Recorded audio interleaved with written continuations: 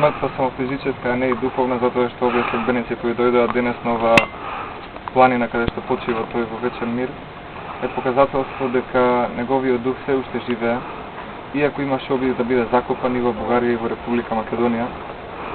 Најмногу што се радувам што се уште неговото дело се уважува, иако имаше обиди тоа да замри и да се заборави.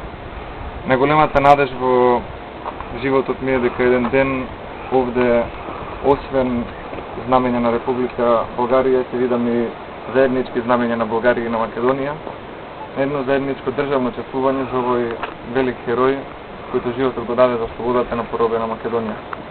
Доколку не беше Тодор Александров, Македонија денес можеби ќе беше поинаква, а можеби многу и во Бугарија нема ни да ја паметат таква како што треба да се запамети.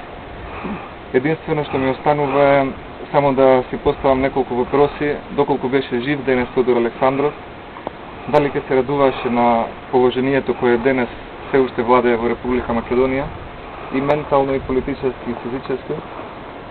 Но она за што треба да се радува е дека во Република Македонија тој навистина го добива заслуженото венство во македонската историја и се надевам дека еден ден заедно, не само тука, туку ќе појдеме и на поклонение во неговото родно село Новосело во Штипско.